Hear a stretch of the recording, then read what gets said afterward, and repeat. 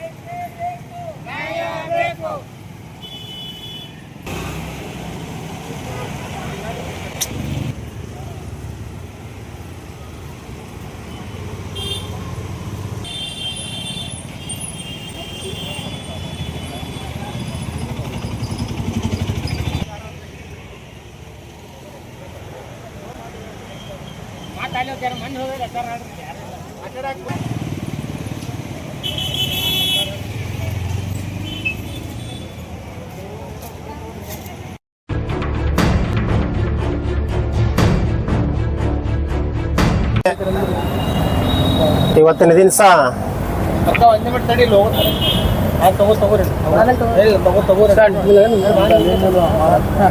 ಶಿಕ್ಷಣ ಎಂಬುದು ಬಹಳ ಕುಂಠಿತಗೊಳ್ಳ ಕಾರಣವೇನೆಂದರೆ ವಿದ್ಯಾರ್ಥಿಗಳಲ್ಲಿ ಕಲಿಯುವ ಹಂಬಲವಿದ್ದರೂ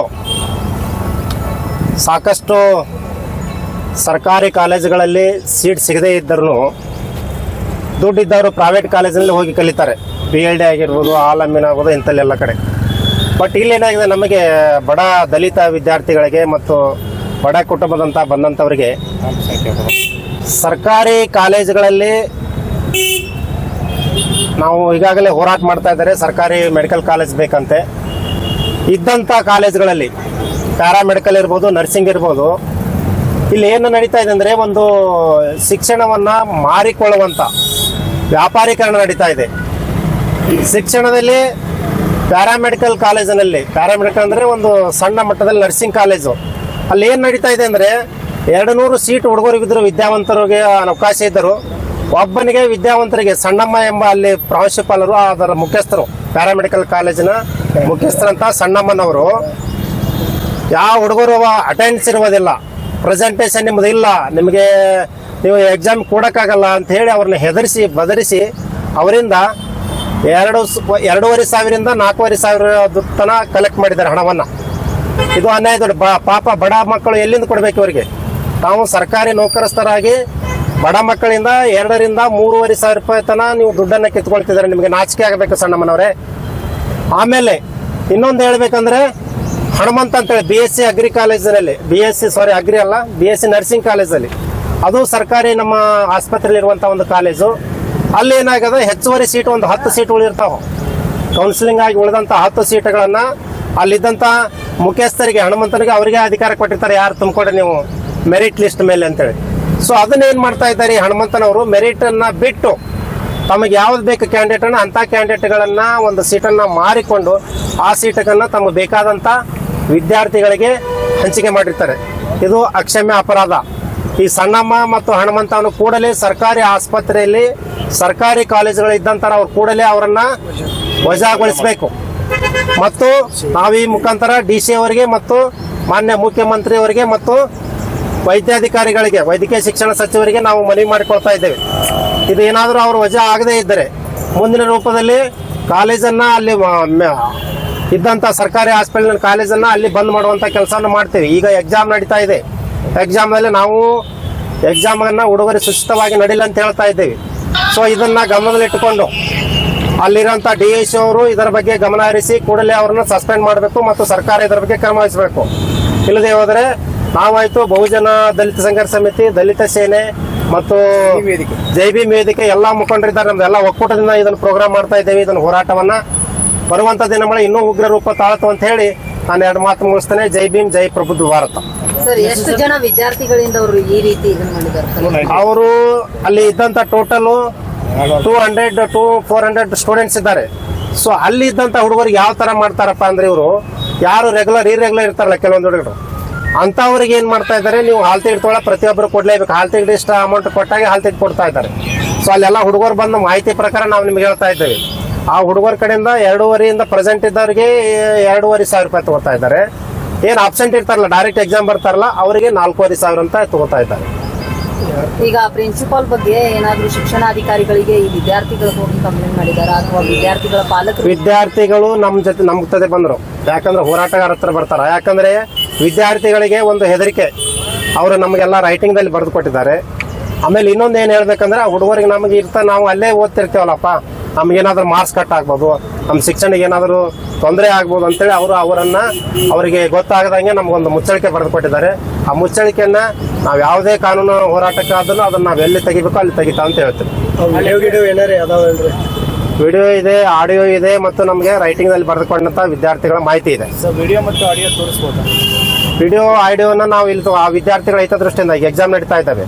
ಸೊ ಆ ವಿದ್ಯಾರ್ಥಿಗಳಿಗೆ ಅವು ಎಕ್ಸಾಮ್ ಮುಗಿಯೋವರೆಗೆ ನಾವು ಅದನ್ನೇನು ಡಿಸ್ಪ್ಲೇ ಮಾಡಾಗಿಲ್ಲ. ಈಗ ಎಕ್ಸಾಮ್ ಮುಗಿದ ಮೇಲೆ ನಾವು ಖಂಡಿತವಾಗ್ಲೂ ಅದನ್ನ ನಾವು ವಿಡಿಯೋಸ್ ಏನಾದ್ರು ಆಡುವಂತ ಅಮೌಂಟ್ ತಗೊಂಡಿದ್ರೆ ಮುಖಾಂತರ ಹೇಳಿದ್ದಾರೆ ಬಾಯ್ ಯಾರು ಹೇಳಿದ್ದಾರೆ? ಅವರು ಹೇಳಿದಾರೋ ಅಥವಾ ಏನು ಇವರು ಸ್ಟೂಡೆಂಟ್ ಹೇಳಿದಾರೋ? ಸ್ಟೂಡೆಂಟ್ಸ್ ಹೇಳಿದ್ದಾರೆ. ಮತ್ತೆ ಇವರು ಸಣ್ಣಮ್ಮನವ್ರು ಏನ್ ಹೇಳ್ತಾ ಇದ್ದಾರೆ, ಆ ಹಣವನ್ನ ನಾವು ಕೇಳಿದಾಗ ಆ ಹಣ ನಾವು ಕಲೆಕ್ಟ್ ಮಾಡಲ್ಲ, ವಿದ್ಯಾರ್ಥಿಗಳೇ ಕಲೆಕ್ಟ್ ಮಾಡ್ತಾ ಇದ್ದಾರೆ ಅಂತ ನಮ್ಗೆ ಮಾಹಿತಿ ಕೊಟ್ಟರು. ಇಲ್ಲ ಸರ್, ಈಗ ಅವ್ರು ಕೇಳಿದ ಆಡಿಯೋ ಇದೆಯಾ, ಇವ್ರು ಮಾತಾಡಿದ ಸ್ಟೂಡೆಂಟ್ ಮಾತಾಡಿದ ಆಡಿಯೋ ಇದೆ? ಸ್ಟೂಡೆಂಟ್ ಯಾರು ಮಾತಾಡಲ್ಲ, ಸ್ಟೂಡೆಂಟ್ ಮಾತಾಡಕ್ಕೆ ಆಡಿಯೋ ವಿಡಿಯೋ ಬಹಳ ಸಣ್ಣ ಇದ್ದಾರೆ. ಅವ್ರ ಕಡೆ ಕ್ಯಾಶ್ ತಗೋತಾರೆ by hand, without any phone pay bank account transfer ಮಾಡ್ತಾ ಇಲ್ಲ. ಕೊಡಾಕತ್ತಿದ್ದವ್ರು ಏನು ವಿಡಿಯೋ ಏನದ ಕೊಡಾಕತ್ತಾರ ತಗೊಳಕತ್ತಾರ ಅಂತ ಎಲ್ಲ ನಮ್ ಕಡೆ ಇದೆ. ಅದನ್ನ ನಾವು ಎಕ್ಸಾಮ್ ಆದ್ಮೇಲೆ ನಾವು ಅದನ್ನ ಡಿಸ್ಪ್ಲೇ ಮಾಡ್ತೀವಿ. ಸರ್ ತಮ್ಮ ಹೆಸರು ಸರ್? ರಾಜಶೇಖರ್ ಕುದ್ರಿ, ಬಹುಜನ ದಲಿತ ಸಂಘರ್ಷ ಸಮಿತಿ.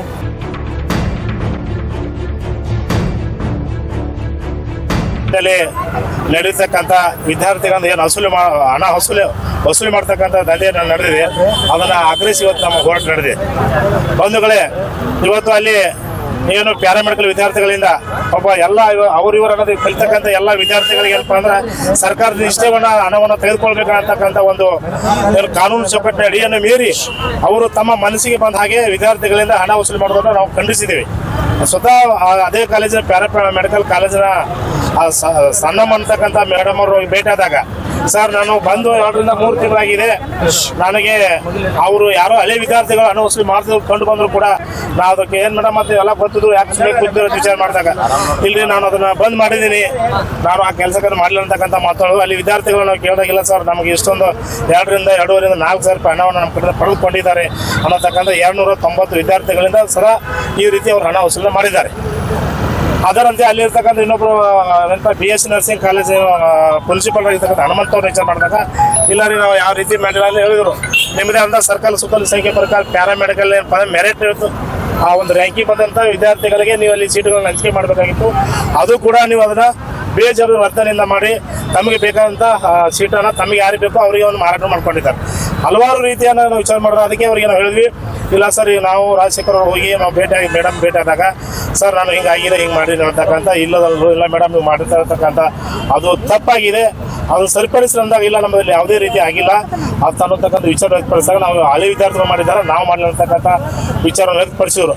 ಅದೇ ರೀತಿ ನಾವು ಇವತ್ತೇನಪ್ಪ ಅಂದ್ರೆ ಸಂಬಂಧಪಟ್ಟಂತ ಜಿಲ್ಲಾಧಿಕಾರಿ ಆಗಿರ್ಬೋದು, ಮುಖ್ಯಮಂತ್ರಿಗಳಾಗಿರ್ಬೋದು, ಸಂಬಂಧಪಟ್ಟಂತೆ ಶಿಕ್ಷಣ ಸಚಿವರು ಕೂಡ ಆರೋಗ್ಯ ಸಚಿವರು ಕೂಡ ನಾವು ಹೇಳ್ತೀವಿ ಅಂದಾಗ ಇವತ್ತು ಒಂದೆಲ್ಲ ವಿದ್ಯಾರ್ಥಿಗಳ ಮುಖಾಂತರ ನಾವು ಸೇರಿ ಇವತ್ತು ಎಲ್ಲ ಸಂಘಟನೆ ವಿವಿಧ ಸಂಘಟನೆಗಳ ಕೂಡ್ಕೊಂಡು ಜಿಲ್ಲಾಧಿಕಾರಿ ಮನವಿಯನ್ನು ಸಲ್ಲಿಸ್ತಾ ಇದ್ದೇವೆ. ಈಗ ಎದರ ಸಂಬಂಧ ವಸೂಲಿ ಮಾಡ್ತಾ ಇದ್ದಾರೆ ಸರ್? ಅವರು ಎಕ್ಸಾಮ್ ಫೀಸ್ ಇದೆ ಅಂತೆ, ಮೇಡಮ್ ಹೇಳೋದು ನಮಗೆ ಅವ್ರು ಯಾಕೆ ಮಾಡ್ತಾ ಇದ್ದಾರೆ ಅವರಿಗೆ ಗೊತ್ತು. ಏನ್ ಮೇಡಮ್ ಇಷ್ಟು ಹಣವನ್ನು ಯಾಕೆ ವಸೂಲಿ ಮಾಡಾಕ್ತಾರೆ ಅಂದಾಗ, ಇಲ್ಲ ನಮ್ಮ ಸರ್ಕಾರ ಒಂದು ಇಷ್ಟೊಂದು ನಾವು ಇಷ್ಟೇ ತಗೋತೀವಿ ಅಂತಂದ್ರು. ಏನೋ GST ಏನೋ ಅಲ್ಲ ಸಲ ಮಾತು ಕೂಡ ಅವ್ರು ವ್ಯಕ್ತಪಡಿಸಿದ್ರು. ಅದು ಎಲ್ಲ ತಾವು ಮಾತಾಡ್ತಕ್ಕಂಥ ಬಾಯಲ್ಲಿ ಹೇಳ್ಬಾರ್ದು ಮೇಡಮ್, ಅದೊಂದು ಕಾನೂನಿನ ಚೌಕಟ್ಟಿನಲ್ಲಿ ನೀವೆಲ್ಲ ಅದನ್ನ ಮಾಹಿತಿ ಕೊಡಬೇಕಂತ ಅಂದಾಗ ಅವ್ರು ಸ್ಪಷ್ಟವಾಗಿ ಹೇಳಿದ್ರು, ಅದು ಏನದ ಸರಿಪಡಿಸಬೇಕು. ಅದೇ ರೀತಿ ಇದು ಮುಂದುವರ್ಸಿದೆ ಆಗಿದ್ರೆ ಅವರು ತಮ್ಮ ಪ್ರಿನ್ಸಿಪಾಲ್ ಜಾಗದಿಂದ ವಜಾ ಆಗ್ಬೇಕಂತ ನಮ್ಮ ಹೋರಾಟದಲ್ಲಿ ಆಗ್ರಹ. ಈಗ ಅದು ರೊಕ್ಕ ತಗೊಳಕತ್ತೇವೆ ಏನ್ ವಿಡಿಯೋ ವಿದ್ಯಾರ್ಥಿಗಳೇ ನಮಗೆ ಕೊಟ್ಟಿದ್ದಾರೆ. ಆ ವಿದ್ಯಾರ್ಥಿ ಅವರು ಎಕ್ಸಾಮ್ ದೃಷ್ಟಿಯಿಂದ ನಾವು ವಿಡಿಯೋ ಆಯ್ತು, ಅವ್ರ ರೆಕಾರ್ಡಿಂಗ್ ಆಯ್ತು, ಯಾವುದೂ ಪೇಪರ್ ಇವತ್ತು ಸ್ಟಾರ್ಟ್ ಆಗಿದೆ ಎಕ್ಸಾಮ್. ಆ ಲಿಸ್ಟಲ್ಲಿ ವಿದ್ಯಾರ್ಥಿಗಳು ತೊಂದರೆ ಹಾಕೋ ಉದ್ದೇಶದಿಂದ ಎಲ್ಲ ದಾಖಲೆಗಳು ನಮ್ಮ ಬಳಿ ಇದಾವೆ. ಮುಂದೊಂದು ಮಾನಗಳು ಅವನ್ನೆಲ್ಲ ನಾವು ಇದು ಮಾಡ್ತೀವಿ. ಈಗ ಎಕ್ಸಾಮ್ ಮುಗಿದ ಕೂಡಲೇ ವಿದ್ಯಾರ್ಥಿಗಳು ಏನಿದ್ದಾರೆ, ವಿದ್ಯಾರ್ಥಿಗಳಿಂದ ಏನು ವಸೂಲಿ ಮಾಡಿದಾರಲ್ಲ ಅವತ್ತ ಪ್ರಿನ್ಸಿಪಾಲ್ ವಿರುದ್ಧ ಏನು ಕಾಲೇಜ್ ಎದುರುಗಡೆ ಹೋರಾಟ ಮಾಡುವಂತದ್ದು ಈಗ ಇದನ್ನ ಮುಗಿಸೋದು ಮುಂದೆ ದಿನಮಾನಗಳು ನಾವು ಅಲ್ಲಿ ಆರೋಗ್ಯ ಇಲಾಖೆ ಹೋಗ್ಕೊಂಡು ವಿಚಾರದಾರ DC ಮೇಲೆ ಕೊಟ್ಟ ನಂತರ ಅದನ್ನ ಏನ್ ಮಾಡ್ಬೇಕು ಅನ್ನೋದು ನಿಮ್ಮ ಮಾತು. ನಿಮ್ಮ ಹೆಸರು? ಪರಶುರಾಮ್ ಗಾರ್ಸಿಂಗ್.